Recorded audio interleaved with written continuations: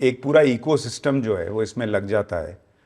उधर से ये प्रश्न नहीं पूछा जाता कई बार, या पूछने पर भी जवाब नहीं मिलता कि बीजेपी के घोषणा पत्र में कहाँ है कि संविधान खत्म करेंगे, अगला चुनाव नहीं होगा। यहाँ वन नेशन वन इलेक्शन की बात चल रही है, लेकिन कहा जाता है कि अगला चुनाव ही मोदी आएंगे तो नहीं कराएंगे, आरक्षण खत्म कर देंगे।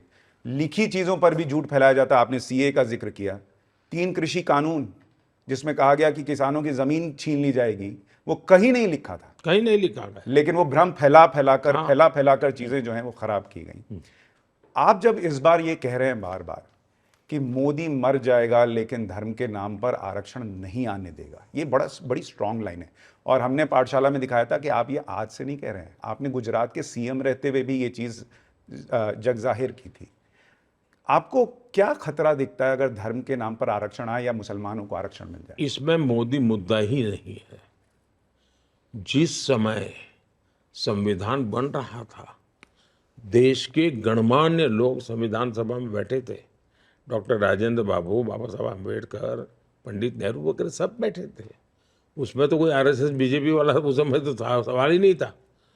ऐसे और सभी संप्रदाय के लोग बैठे थे और सबने मिल बैठ करके लंबी चर्चा के बाद तय किया कि भारत जैसे देश में धर्म के आधार पर आरक्षण भारत को नुकसान करेगा, ये लंबी सोच के लिए ठीक नहीं है। जहाँ तक दलित का, आदिवासियों का, तो एक सामाजिक व्यवस्था पिछले सैकड़ों वर्षों में समाज में जो विकृतियाँ आई, जिस प्रकार से छूत अछूत का भाव पैदा हो गया, ऊंच नीच का भाव पैदा हो गया, और एक प्रकार से समाज एक बहुत बड़े वर्ग के साथ जन्म के आधार पर अन्याय हुआ, तो उसका प्रायश्चित करना जरूरी था। और उसमें ये सुझाव निकला, और ये निर्णय भी सनातनियों ने किया है।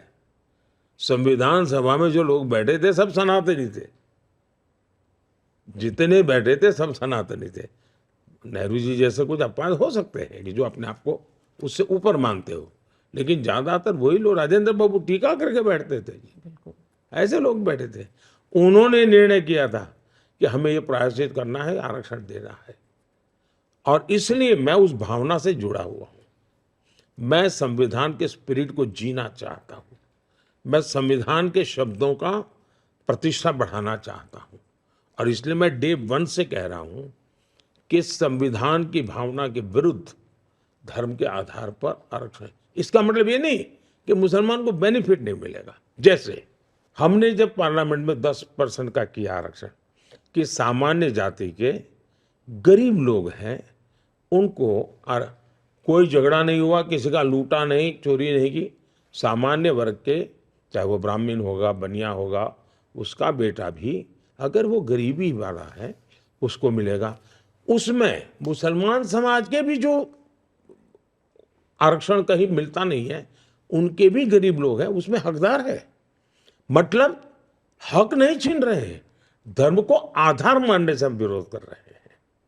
इकोनॉमिकली वीकर सेक्शन हम मुसलमान को नहीं देंगे ऐसा मैं नहीं कह रहा हूं। मैं कहता हूं धर्म के आधार पर रचना नहीं हो सकती। इस देश में गरीब है तो हिंदू हो, मुसलमान हो, ईसाई हो, पारसी हो, कोई भी हो, सबको बेनिफिट मिलना चाहिए।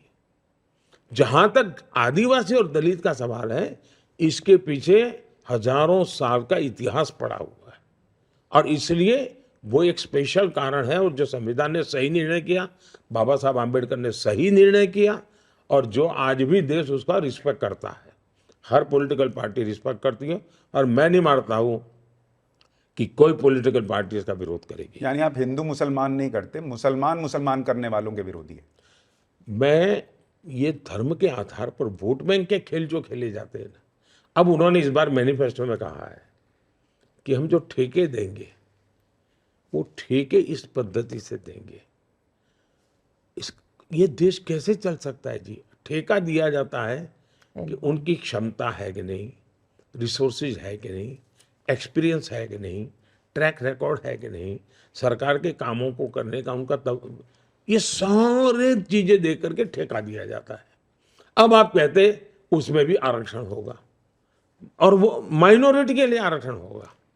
तो इसके बदले में जब लोग कहते हैं कि आप मुसलमान विरोधी हैं, वो कहते हैं कि मुसलमानों को इस देश में डराया जाता है, मोदी इनके खिलाफ हैं, हिंदू मुसलमान करते हैं जब चुनाव होता है। जब अटल जी की सरकार थी तब भी हमारे मैनिफेस्टो में रहता था राम मंदिर, तब भी रहता था 370, तब भी रहता था यूसीसी। मोदी की सरकार है, अब जो काम हो गया वो नहीं रहता है, जो बाकी होगा वो रहता है। जहां तक हमारा सवाल है, ये सिद्ध करें कि भाई ये हमारा, जैसे मैं कहता हूं भाई, सैचुरेशन मुझे करना है, सरकारी योजनाओं का सैचुरेशन। मतलब गांव में 50 लोग हैं जिनको घर मिलना चाहिए, मतलब 50 को मिलना चाहिए, 49 को नहीं। मतलब उसमें सब समाज आ जाएंगे, सब धर्म आ जाएंगे। आप जब 100% की बात करते हैं तो सामाजिक न्याय की ये गारंटी है, सेकुलरिज्म की गारंटी है। मोदी हर काम उस प्रकार से करता है कि भाई सबको सब मिले, इसके लिए करो। अभी भी मैं पब्लिकली कहता हूं कि हमने 4 करोड़ घर बनाए।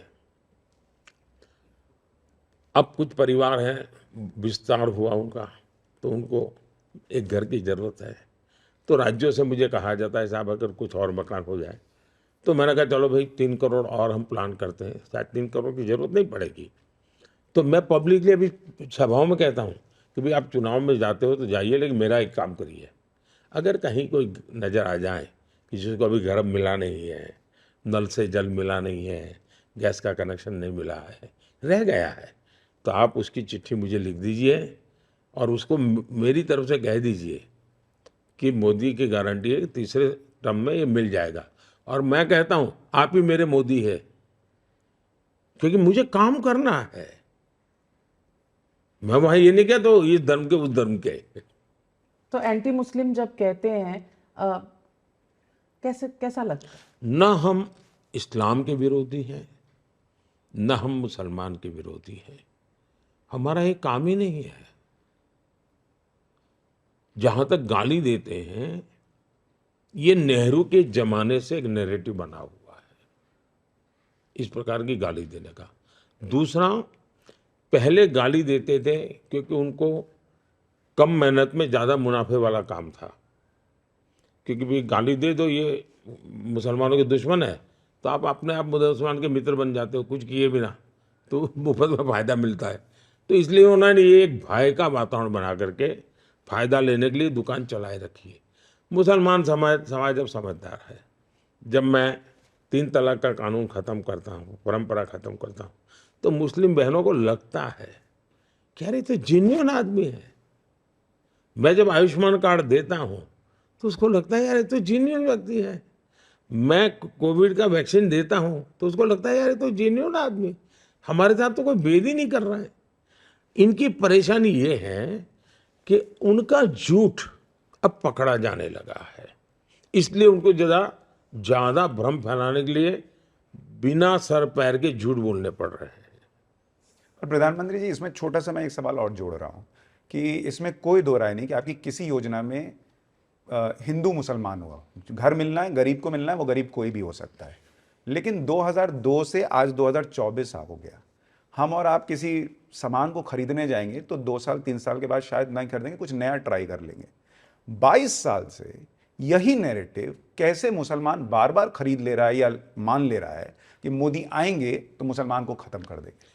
देखिए, मैं करीब 25 साल हो गए मुझे हेड ऑफ द गवर्नमेंट के नाते, और गुजरात में आपको मालूम होगा शायद 18वीं शताब्दी या 19वीं शताब्दी से रिकॉर्ड अवेलेबल है, दंगे गुजरात में होते थे। उसका 10 साल में 7 साल दंगे होते थे। 2002 के बाद गुजरात में एक भी दंगा नहीं हुआ है। गुजरात में मुसलमान जो हैं आज बीजेपी वोट देना दे रहे। दूसरा, मैं आज पहली बार कह रहा हूँ, मैं कभी इन विषयों को लिया, मैं मुस्लिम समाज को कह रहा हूँ, उनके पढ़े लिखे लोगों को कहता हूँ कि आत्ममंथन करिए, सोचिए, देश इतना आगे बढ़ रहा है, अगर कमी आपके समाज में महसूस होती है तो क्या कारण है? सरकार की व्यवस्थाओं का बेनिफिट कांग्रेस के जमाने में आपको क्यों नहीं मिला? क्या कांग्रेस के कालखंड में आप इस दुर्दशा के शिकार हुए हो क्या? आत्ममंथन कीजिए और एक बार तय कीजिए, ये आपके मन में जो है कि सत्ता पे हम बिठाएंगे, हम उतारेंगे, उसमें आप अपने बच्चों का भविष्य खराब कर रहे हो। मुसलमान समाज दुनिया में बदल रहा है जी। आज मैं गल्फ के देशों में जाता हूँ, इतना सम्मान व्यक्तिगत रूप से मुझे मिलता है और भारत को भी मिलता है। उन सबको लगता है हमारे यहाँ विरोध हो रहा है। अब सऊदी अरेबिया में योगा ऑफिशियल सिलेबस का सब्जेक्ट है। यहाँ मैं योगा की बात करूँ तो आप ये चला दे एंटी मुस्लिम है। मैं गल्फ के देशों में जाता हूँ, ये सारे अमीर लोग जो है हमारे साथ बैठते होंगे, लंच या डिनर में जरूर मुझे योगा के विषय में पूछते हैं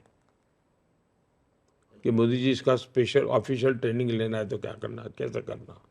कोई कहते हैं मेरी पत्नी इंडिया जाती है योगा सीखने, साल में 1 महीना तो बोले वहीं रहती है। अमीर की पत्नियां कहती हैं जी, उनके परिवारजन आते हैं।